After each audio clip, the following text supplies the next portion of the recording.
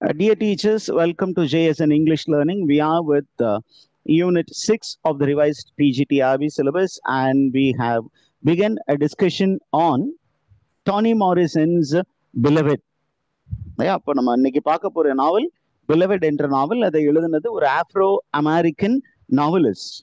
அந்த நாவலிஸ்டுடைய பெயர் டோனி மாரிசன்.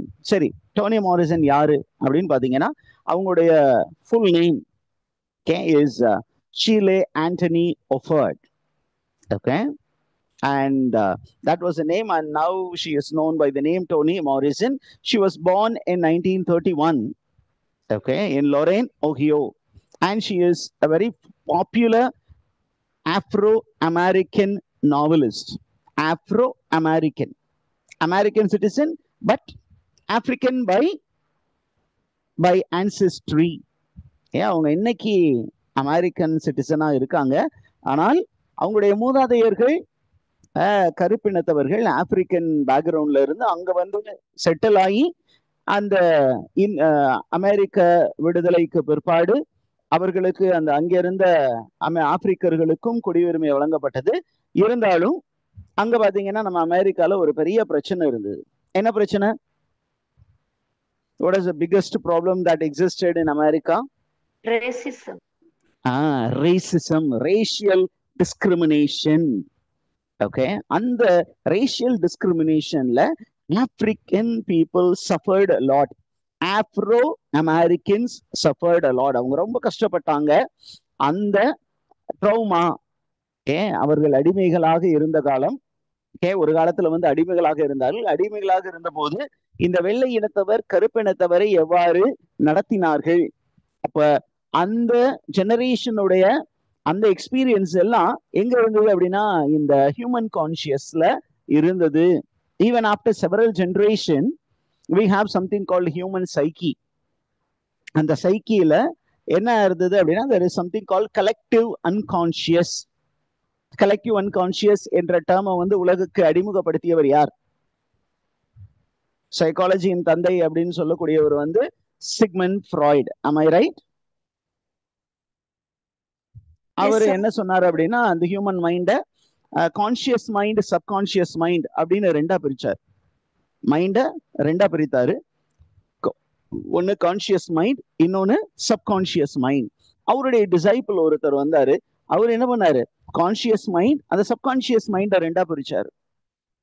என்னன்னா சப்கான்சியஸ், இன்னொன்னு collective unconscious, which was also named as residual memory or race consciousness.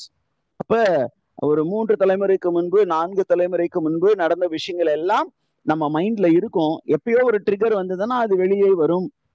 அப்போ அந்த ஆப்ரோ அமெரிக்கன் பீப்புளுடைய வாழ்க்கை அனுபவம், அடிமைகளாக இருக்கும்போது அவர்கள் அந்த வெள்ளை இனத்தவரால் என்ன பண்ணாங்க, சொல்லனா கொடுமைக்கு உள்ளானார்கள். அந்த அனுபவங்களை எல்லாம் என்ன பண்ணாங்க, நிறைய பேர் சொன்னாங்க. ஆனா டானி மாரிசன் சொன்ன விதம் மிகவும் புதியதாக இருந்தது. Is information clear, teachers? What is Toni Morrison's contribution to American literature அப்படின்னு கேட்டீங்கன்னா, it is her own unique way of presenting the black life, the black history and the intricacies of race and identity through her novels. Particularly இவங்க பாத்தீங்கன்னா ஏறக்குறைய அந்த modernist ட்ரெடிஷன்ல வராங்க. அப்ப ஏறக்குறைய இவங்களுடைய நரேட்டிவ் பாத்தீங்கன்னா மல்டிபிள் பெர்ஸ்பெக்டிவ்ல இருக்கும்.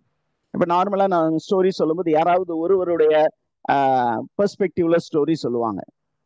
இந்த இதுல பாத்தீங்கன்னா இந்த பர்டிகுலர் Beloved அப்படிங்கிற நாவல்ல there are multiple perspectives.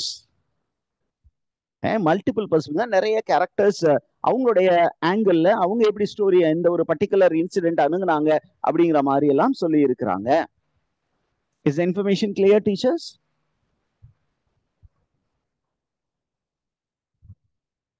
அப்ப ஏன் வந்து டோனி மாரிசன் ரொம்ப ஃபேமஸான ரைட்டர் அப்படின்னு பாத்தீங்கன்னா, this Toni Morrison என்ன பண்ணாங்கன்னா while writing novels she wrote about African American culture.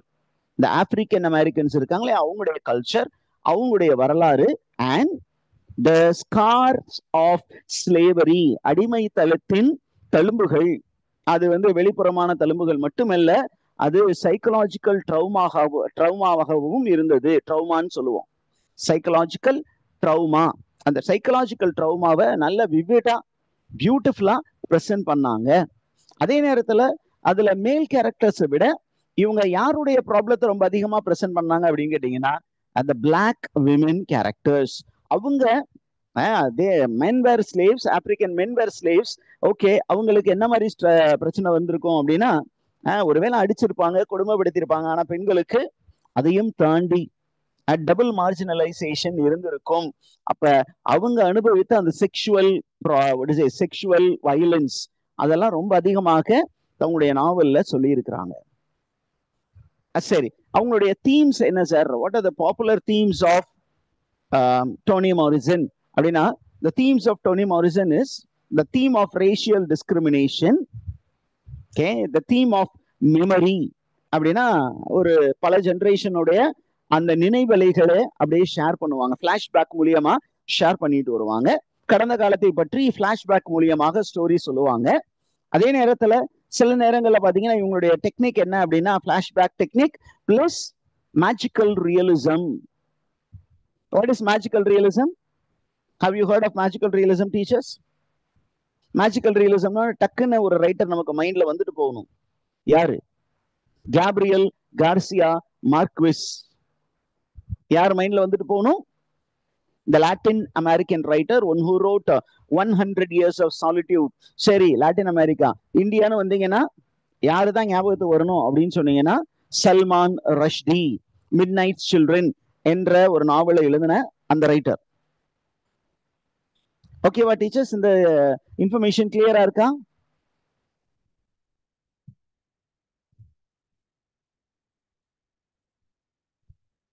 Okay, சரி. மேஜிக்கல் ரியலிசம்னா என்னவா இருக்கும் சார்? என்னென்ன விஷயங்கள்லாம் நம்ம இன்க்ளூட் பண்ணணும் அப்படின்னு கேட்டீங்கன்னா, அங்க பாத்தீங்கன்னா ஒரு ரியலிஸ்டிக் செட்டிங் இருக்கும். அந்த ரியலிஸ்டிக் செட்டிங்குள்ளர சூப்பர் நேச்சுரல் எலிமெண்ட் வரும். அந்த சூப்பர் நேச்சுரலுக்கும் இந்த ரியலுக்கும் இருக்கக்கூடிய பவுண்டரிய பிளர் பண்ணி விட்டுருப்பாங்க. எப்படி சார் ஒரு லைஃபுக்குள்ளார ஒரு கோஸ்ட் 2 வயசுல கொல்லப்பட்ட ஒரு குழந்தை திருப்பியும் அந்த ஸ்டோரிக்குள்ளார ஒரு இளம் பெண்ணாக வந்து அந்த ஃபேமிலியோட ஸ்டே பண்ணி அந்த அம்மாவை டார்ச்சர் பண்ற மாதிரி தான் ஒரு கதை. பிளர் எதுக்காக அவ கொன்னா அப்படிங்கறதெல்லாம் நம்ம ஸ்டோரிக்குள்ளார பார்ப்போம்.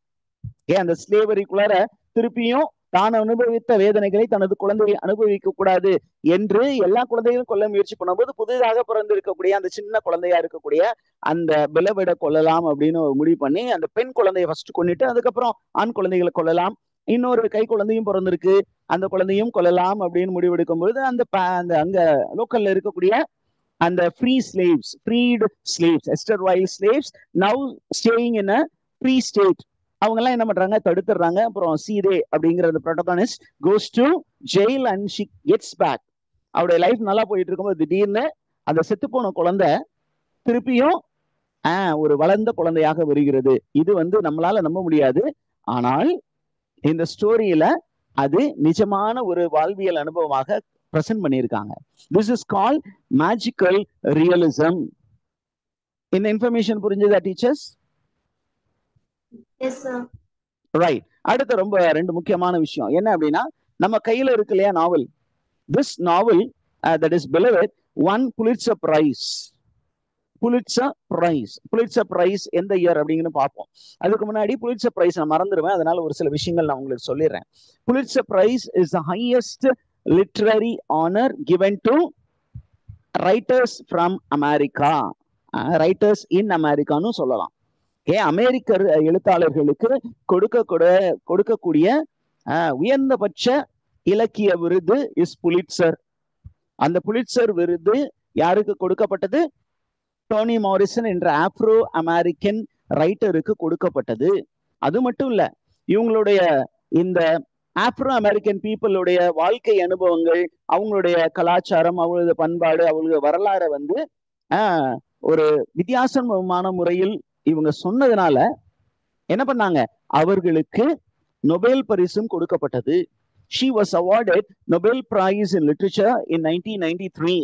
And ரொம்ப ரொம்ப முக்கியம், she was the first African American woman to receive this honor.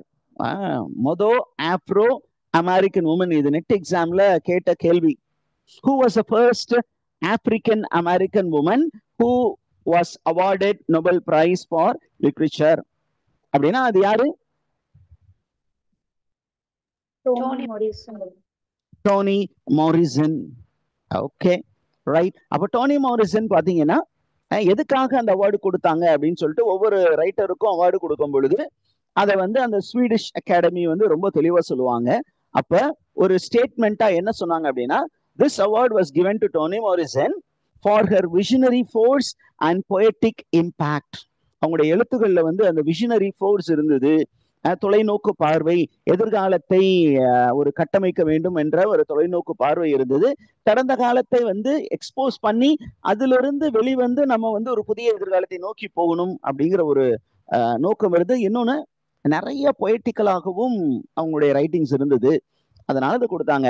ரெண்டாவது, she was the voice of the marginalized people. Who were the marginalized people? African people were the marginalized people.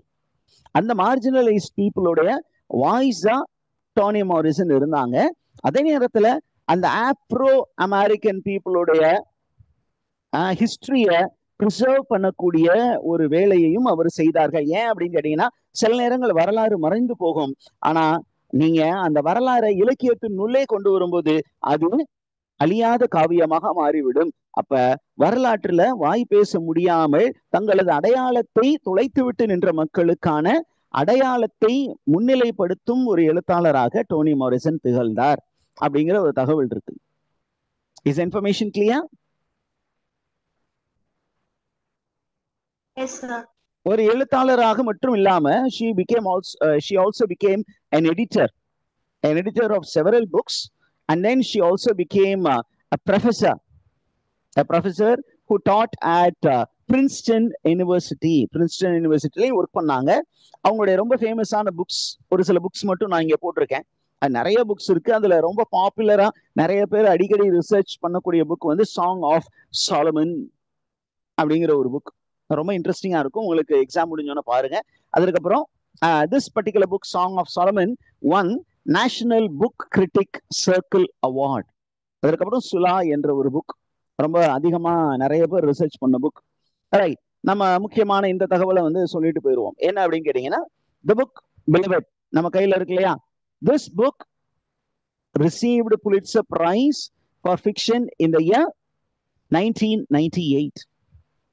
எந்த வருஷம் Pulitzer price இந்த புத்தகத்திற்கு கொடுக்கப்பட்டது? 1987ல publish பண்றாங்க. அடுத்த வருஷமே Pulitzer price கொடுத்தாங்க. சரி, இவங்களுடைய ஸ்டைல் என்ன சார், ரைட்டிங் ஸ்டைல்? ஏன்னா இதெல்லாம் கொஸ்டினா கேட்கறதுக்கு நிறைய பாசிபிலிட்டிஸ் இருக்கு.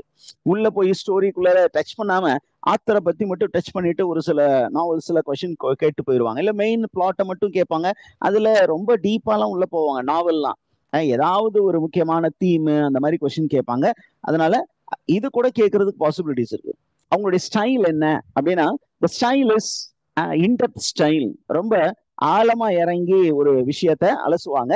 அதே நேரத்துல there is lot of lyricism. அப்படின்னு சொல்லும்போது what do we mean by lyricism? Musical quality இருக்கும். அதே நேரத்துல ஹிஸ்டாரிக்கல் கான்டெக்ஸ்டோடு எதையும் சேர்ப்பாங்க, மேஜிக்கல் ரியலிசத்தையும் சேர்ப்பாங்க. ஓகே, மேஜிக்கல் ரியலிசம் அப்படிங்கிற டேர்மை வந்து யாரு முத இன்ட்ரோடியூஸ் பண்ணா? அதுவும் கொஸ்டினை கேட்பாங்க, நெட்ல கேட்டிருக்காங்க. Who was the one who introduced the term magical realism? It is about surreal images. அதையும் இங்க பக்கத்துல ஒரு பாக்ஸ் மாதிரி போட்டுருவோமே, so that you get to know it. Is the idea clear, teachers? The one who introduced magical realism to the world is a German writer. அந்த German ரைட்டருடைய பேர் என்ன? It's a writer by name Franz Raw. Okay, Franz Raw அப்படிங்கிற writer தான் 1925ல இந்த term use பண்ணாரு to refer to a surreal atmosphere. Real, surreal. Surrealனா it is something below reality, but we cannot distinguish reality and surreal reality, கொஞ்சம் strange, கொஞ்சம் add, கொஞ்சம் fantastic. இது எல்லாமே நம்ம வாழ்க்கையில நமக்கு பக்கத்துல ஒரு கோஸ்ட் வந்து பக்கத்துல இருந்து நம்மளோட ஜாலியா கேம்ஸ் விளையாடுதுன்னு வச்சுக்கோங்களேன். இன்னைக்கு நம்ம பசங்க தான் பண்ணிட்டு இருக்காங்க. ஒரு மொபைல்ல எந்த நேரம் கேம்ஸ் விளையாடுறாங்க, பக்கத்துல வந்து ஒரு கோஸ்டே உட்கார்ந்தா கூட, நம்ம சொல்ற மாதிரி மோகினி பிசாசு பக்கத்துல வந்தா கூட, மோகினி பிசாசு தோல்ல கையை போட்டு வா மச்சி விளையாடலாம் அப்படின்னு கூப்பிடுற அளவுக்கு தான் நம்ம பசங்க இருக்காங்க. அந்த அளவுக்கு ஒரு மேஜிக்கல் ரியலிசத்துல மூழ்கி போய் நீங்களும் நானும் கூட கதை எழுதுனா ரீடர்ஸ் வாசிப்பா தயாரா தான் இருப்பாங்க. Is information clear teachers? அப்ப இந்த பிலவெட் நாவல் எதை பத்தியதான ஒரு நாவல் அப்படின்னா, it deals with psychological and emotional effects of slavery. அடிமை தலை. அமெரிக்கால இந்த கருப்பினத்த மக்கள் இருக்காங்களே, அந்த கருப்பினத்தவர்களின் அடிமை தலை அப்படிங்கிற ஒரு பிரச்சனை இருந்தாலும், அந்த அடிமை தலையிலிருந்து விடுபட்ட மக்கள் என்ன பண்ணாங்க, சைக்கலாஜிக்கலி எஃபெக்ட் ஆனாங்க. உளவியல் ரீதியான டிஸ்டர்பன்ஸ் அவங்களுக்கு இருந்து, அதே நேரத்துல அவங்களுக்கு உணர்வு நிலையிலும் நிறைய பிரச்சனைகள் இருந்தது. அவங்களுக்கு இன்னொரு பெரிய பிரச்சனை என்னன்னா, they were looking out for their own identity. what is my identity? எனக்கான அடையாளம் என்ன? நான் அமெரிக்கனா அல்லது நான் வந்து ஒரு ஆப்பிரிக்கனா, இல்ல இது ரெண்டும் கலந்து என்ன ஆப்ரோ அமெரிக்கன் சொல்றாங்களே அதுதான் என்னுடைய அடையாளமா? என்ன நான் எஸ்டாப்ளிஷ் பண்ண முடியுமா, பண்ண முடியாதா அப்படிங்கிற ஒரு பெரிய போராட்டம் இருந்தது. இந்த போராட்டத்தை எல்லாத்தையும் முன்னிலைப்படுத்தி இலக்கியம் எழுதுனது டோனி மாரிசன். இந்த இன்ஃபர்மேஷன் கிளியரா இருக்கா டீச்சர்ஸ்? சரி, இந்த எழுத்தாளர் எப்பொழுது இறந்தார் அப்படின்னு பார்க்கும்போது, this writer died on August 2019 at the age of 88. Now இந்த பிலவெட் நாவலை பத்தி அப்படியே ஒரு சில இன்ஃபர்மேஷன் சொல்லிடுவோமே. இந்த பிலவெட் அப்படிங்கிற நாவல் வந்து எந்த வருஷம் பப்ளிஷ் பண்ணப்பட்டது? 1987.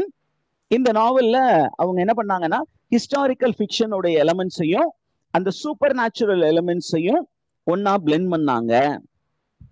ஒரு வரலாற்று புதினத்திற்கான எலமெண்ட்ஸும் அதுல இருந்தது, இந்த சூப்பர் நேச்சுரல் ஃபென்டாஸ்டிக் அப்படிங்கிற எலமெண்ட்டும் இருந்தது. இதை ரெண்டையும் பக்காவா பிளெண்ட் பண்ணி நமக்கு ஒரு நரேட்டிவா கொடுத்தாங்க. இதை தான் நம்ம என்னன்னு சொல்றோம், magical realism as a narrative technique. இந்த மேஜிக்கல் ரியலிசத்தை ரொம்ப பாப்புலரைஸ் பண்ணது ரெண்டு பேரு. யார் அந்த ரெண்டு பேரு?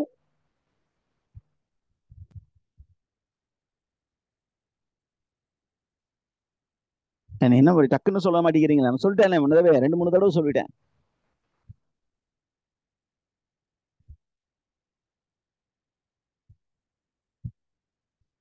ஓகே, தெரியல அப்படின்னா, நம்ம ஞாபகம் வரலன்னா அதையும் நம்ம இங்க வந்து அந்த ஃபைலுக்குள்ள போட்டுருவோம். The one who popularized it, okay, the one who popularized this particular magical realism, யாரு அப்படின்னு கேட்டீங்கன்னா, it is this particular writer by name Gabriel Garcia Marquez, the Latin American writer. ரொம்ப அருமையா இந்த நரேட்டிவ் டெக்னிக்கை தன்னுடைய நாவல்ல 100 Years of Solitude அப்படிங்கிற தன்னுடைய நாவல்ல அழகா பயன்படுத்தி இருப்பாரு. அதுல அந்த லாட்டின் அமெரிக்கால நடந்த ஒரு மசாக்கரை பியூட்டிஃபுல்லா வேற மாதிரி பிரசன்ட் பண்ணியிருப்பாரு. நிறைய ஒரு சூப்பர் நேச்சுரல் எலிமெண்ட்ஸ் வந்து நேச்சுரல் வேர்ல்டுக்குள்ளார நம்ப முடியாத ஒரு சில விஷயங்கள் எல்லாம் நம்பும்படியாக நமக்கு கொடுத்திருப்பாரு. சரிங்களா? அதே மாதிரி இந்த நாவல்ல பிலவெட்லயும் நமக்கு சூப்பர் நேச்சுரல் எலிமெண்ட் இருக்கு. The very character Beloved itself is a supernatural character. It is the ghost of a 2-year child who was actually smothered to death by the mother. அம்மா வந்து ஒரு குழந்தையை கொன்ன செத்து புதைக்கப்பட்ட குழந்தை வளர்ந்து ஒரு 18 வருஷம் கழிச்சு பாத்தீங்கன்னா திருப்பி என்ன பண்ணுது, ஸ்டோரிக்குள்ளார ஒரு இளம் பெண்ணாக அந்த வீட்டுல வந்து அந்த அம்மாவோடு ஸ்டே பண்ணி அந்த அம்மாவை பொசஸ் பண்ணி அந்த அம்மாவை டார்ச்சர் பண்ணுது. ஏன் அப்படின்னா, ஏன் என்ன கொன்ன, நான் வாழ்ந்திருக்கணும்ல, என்ன நீ வந்து ஏன் கொன்ன அப்படிங்கிற ஒரு மனநிலையில அந்த அம்மாவை டார்ச்சர் பண்ணுது. அந்த அம்மாவுக்கு ஏற்கனவே ஸ்லேவா இருந்து 1008 டார்ச்சர் அனுபவிச்சவங்க, சைக்கலாஜிக்கல் ப்ராப்ளம் நிறைய இருந்தது. அந்த ப்ராப்ளத்திலிருந்து அவங்க வெளிவர முடியாம தவிச்சுக்கிட்டு இருக்காங்க. இப்ப இந்த கோஸ்டும் வந்து நிறைய பிரச்சனையை கொடுக்க போகுது. Is information clear teachers?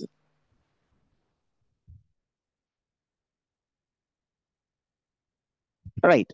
போறதுக்கு முன்னாடி இன்னும் 2-3 விஷயம் சொல்லுவோம் இந்த செஷனை முடிகிறது முன்னாடி. என்ன அப்படின்னு, இந்த நாவல் when is the novel set? இந்த நாவல் வந்து ஒரு டைம் ஃப்ரேம்ல வச்சிருப்பாங்க, அப்பதான் அது ஹிஸ்டாரிக்கல் நாவலா மாறும். அப்ப இந்த நாவல் எப்ப செட் ஆயிருக்கு அப்படின்னா, it is set after the American civil war, okay, during the reconstruction era. இது எதை பற்றி அப்படின்னா, it focuses on the haunting effects of slavery on individuals and community. Slavery அப்படிங்கிறது ஒழிக்கப்பட்டது, எல்லா கருப்பினத்தவருக்கும் விடுதலை அளிக்கப்பட்டது. இருந்தாலும் அந்த ஒரு அனுபவத்தை அனுபவித்த அந்த கருப்பினத்தவர்கள் அந்த அனுபவத்திலிருந்து மீண்டு வர முடியாமல் தவித்து கொண்டிருந்தார்கள். ஏன் அந்த அளவுக்கு கொடுமை தாங்க முடியாத பிசிக்கல் வயலன்ஸ், சைக்கலாஜிக்கல் வயலன்ஸ் அவங்க இண்டிவிஜுவலாவும் அனுபவிச்சாங்க, ஒரு கம்யூனிட்டியாவும் அனுபவிச்சாங்க. அதை மையப்படுத்தியதாக ஒரு ஸ்டோரியை தான் டோனி மாரிசன் பிலவெட் அப்படிங்கிற நாவல்ல எழுதினாங்க. சரி, யாருதான் இந்த நாவலுடைய மெயின் ஃபோக்கஸ் அப்படின்னா, the novel's main focus யாரு அப்படின்னா, the protagonist சொல்றவங்க அப்படின்னு பாத்தீங்கன்னா, the titular character is beloved. அதுல இன்னொரு மெயின் கேரக்டர் யாரு அப்படின்னா, பிலவெட் உடைய தாய் சீதே. சீதே அப்படிங்கிற அந்த கேரக்டர். இந்த சீதே அப்படிங்கிறவங்க பாத்தீங்கன்னா எங்க இருக்கிறாங்க, கென்டக்கி அப்படிங்கிற ஒரு மாகாணம். அந்த கென்டக்கி மாகாணத்துல ஒரு ஸ்வீட் ஹோம் பிளான்டேஷன் அப்படிங்கிற ஒரு பிளான்டேஷன்ல ஒர்க் பண்ணக்கூடியவங்க. டைட்டில் பாருங்களேன், ரொம்ப ஐரானிக்கலா இருக்கும். Sweet Home plantation. ஸ்வீட் ஹோம்னு டைட்டில்ல மட்டும்தான் ஸ்வீட் ஹோம், ஆனா உள்ள இருந்த எல்லா மக்களையும் அடிமைகளாக நடத்தப்பட்டார்கள். சொல்லனா துயரம் அவர்களுக்கு கொடுக்கப்பட்டது. பிசிக்கல் வயலன்ஸ், பர்டிகுலர்லி சீதேவுக்கு. சீதேவ் வந்து என்ன பண்ணாங்க, அங்க ஒரு 13 வயதில் அந்த ஊருக்கு போன அந்த பர்டிகுலர் பிளான்டேஷன் உள்ளர அடிமையா போறாங்க. அங்க போனோன்னே அங்க நம்ம ஹாலே அப்படிங்கிற ஒரு மனிதரை வந்து திருமணம் செய்து கொண்டார்கள். அவளுக்கு நிறைய குழந்தைகள் பிறந்தன. ஓகே, அந்த குழந்தைகள் பிறக்கும் பொழுது அங்க ரொம்ப முக்கியமான ஒரு விஷயம் என்னன்னா, ஒரு தாய்க்கு ஒரு குழந்தைக்கு கொடுக்கக்கூடிய ஒரு பெரிய கிஃப்ட் என்ன அப்படின்னா, பிரெஸ்ட் மில்க். அந்த பிரெஸ்ட் மில்க் கூட அந்த ஒயிட் பீப்புள் வந்து சக் பண்ற ஒரு சில கொடுமைகள்லாம் அந்த ஸ்டோரியில நடந்தன. அதெல்லாம் வந்து அப்படியே சீதேவை வந்து ரொம்ப பெருசா டிஸ்டர்ப் பண்ணுது. ஓகே, அப்ப அவன் என்ன பண்றான், ஒரு குறிப்பிட்ட காலகட்டத்துல அங்க இருக்கிற எல்லாருமே ஒன்றாக சேர்ந்து அங்க இருந்து தப்பிக்கலாம் அப்படின்னு தப்பிச்சு வரும்போது என்ன பண்றாங்க, அங்க இருந்து கென்டக்கியில இருந்து ஒரு ஆறை கடந்து, ஓஹியோ ரிவரை கடந்து எங்க போகணும், சின்சினாட்டிங்கிற ஒரு இடத்துக்கு போறாங்க. அங்க போய் இருக்கிறாங்க. திருப்பியும் அங்க இருந்து இவர்களை ஓடி போன அடிமைகளை திருப்பியும் கொண்டு போலான்னு ஒரு ஆக்ட் இருந்தது. It's called the fugitive act. அந்த ஃபியூஜிட்டிவ் ஆக்ட் பத்தி கொஞ்சம் டீட்டெயிலா நான் சொல்றேன் அப்புறம் லேட்டர் நெக்ஸ்ட் செஷன்ல. ஓகே, அந்த ஃபியூஜிட்டிவ் ஆக்ட கையில வச்சுட்டு அந்த ஸ்வீட் ஹோம் பிளான்டேஷனுடைய செகண்ட் மாஸ்டர் என்ன பண்றாரு, இந்த பெண்ணை தேடி வர்றாரு. அப்போ அந்த பெண்ணுக்கு ஒரு புதிய குழந்தை பிறந்திருக்கிறது. ஏற்கனவே 2 வயசுல ஒரு குழந்தை, ஒரு பெண் குழந்தை, அது இல்லாம 2 ஆண் குழந்தை இருந்தது. அப்ப சீதேவை மெயினா கொண்டுகிட்டு போகணும் அப்படின்னு வர்றாங்க. வரும்போது இந்த பொண்ணு என்ன பண்ணுது அப்படின்னா, அந்த 2 வயது குழந்தையை முதலாவதாக என்ன பண்ணுது, கொன்று விடுகிறாள். மற்ற பிள்ளைகளையும் கொல்லலான்னு முயற்சி பண்ணும் பொழுது அங்க லோக்கல்ல இருக்கக்கூடிய அந்த ஆப்ரோ அமெரிக்கன் பீப்புள் பிளஸ் கொஞ்சம் enlightened whites, they prevent her. and then இவ இந்த மாதிரி ஒரு செயலை பண்ணிட்டா, தான் பெத்த பிள்ளைகளை கொண்டுட்டா. அப்ப இவ சென்ஸ்ல இல்ல, இவ வந்து நார்மல் பீயிங் இல்லைன்னு சொல்லிட்டு அந்த owner of Sweet Home plantation என்ன பண்றாரு, அவர் அங்கேயே விட்டுட்டு அந்த லோக்கல் ஷெரீஃப்கிட்ட ஹேண்ட் ஓவர் பண்ணிட்டு போயிடுறாரு. லோக்கல் ஷெரீஃப் இவளை ஜெயில போட்டுறாரு. அவ அங்க இருந்து வெளியில வந்ததுக்கு அப்புறம் என்ன நடந்ததுதான் பிலவெட் ஸ்டோரி. சரி, இந்த ஸ்டோரி எதை பேஸ் பண்ணது சார் அப்படின்னா, it is based on a real incident. ஒரு உண்மை சம்பவத்தை அடிப்படையாக வைத்து எழுதப்பட்டது. ஒரு sensational story. What is a sensational story? It is a sensational story of Margaret corner. Margaret corner என்ற ஒரு ஆப்பிரிக்கன் ஸ்லேவ். இவங்க வந்து ஒரு காலத்துல ஒரு பிளான்டேஷன்ல ஸ்லேவா இருந்தவங்க. அவங்க என்ன பண்ணாங்க, அந்த பிளான்டேஷன்ல இருந்து எஸ்கேப் ஆனாங்க. எந்த வருஷம் அப்படின்னா 1856 வருடம் எஸ்கேப் ஆனாங்க. எஸ்கேப் ஆகின போது அவங்கள திருப்பியும் அவங்களுடைய ஓனர் தேடி கண்டுபிடிச்சு மேன் ஹண்ட் பண்ணி அவங்கள பிடிச்சாங்க. பிடிக்கும் பொழுது என்ன பண்ணாங்கன்னா அவங்க ஏற்கனவே நிறைய செக்ஷுவல் வயலன்ஸ்க்கு உட்படுத்தப்பட்டிருந்தார்கள். அவங்களுக்கு பிறந்த பெண் குழந்தையை 2 வயது மதிப்புடைய பெண் குழந்தையை என்ன பண்ணாங்க, அவங்க கொன்று போட்டாங்க. எதுக்காக அப்படின்னா தான் அனுபவித்த அந்த வேதனையை தன்னுடைய பெண் குழந்தை அனுபவிக்க கூடாது. Is the information ready teachers? அப்ப அந்த நியூஸ வந்து யார் வாசிச்சா? டோனி மாரிசன் வாசிச்சாங்க. அத ஒரு நாவலா மாத்துனாங்க. ரைட்டா? அப்ப the major action of the novel, where does it take place அப்படின்னா the present action takes place in Cincinnati, Ohio, where Side is living after her imprisonment with her daughter Denver, and later beloved அப்படிங்கிற அந்த கோஸ்டும் வந்து அவளோட stay பண்ணி அவளை torture பண்ண போகுது. ஆனா அவளுடைய பாஸ்ட் அப்படிங்கிற எங்கெங்கெல்லாம் பாஸ்ட் பத்தி சொல்றாலோ அப்ப ஸ்டோரி எங்க போயிடும்? கென்டக்கி அங்க போயிடும். அந்த கென்டக்கியில இருக்கக்கூடிய பிளான்டேஷனுக்கு ஸ்டோரி மூவ் ஆகி போயிடும். Is information clear teachers? Yes, sir. Okay, இப்போ இங்க பிரேக் பண்ணிட்டு we will get back after 5 minutes.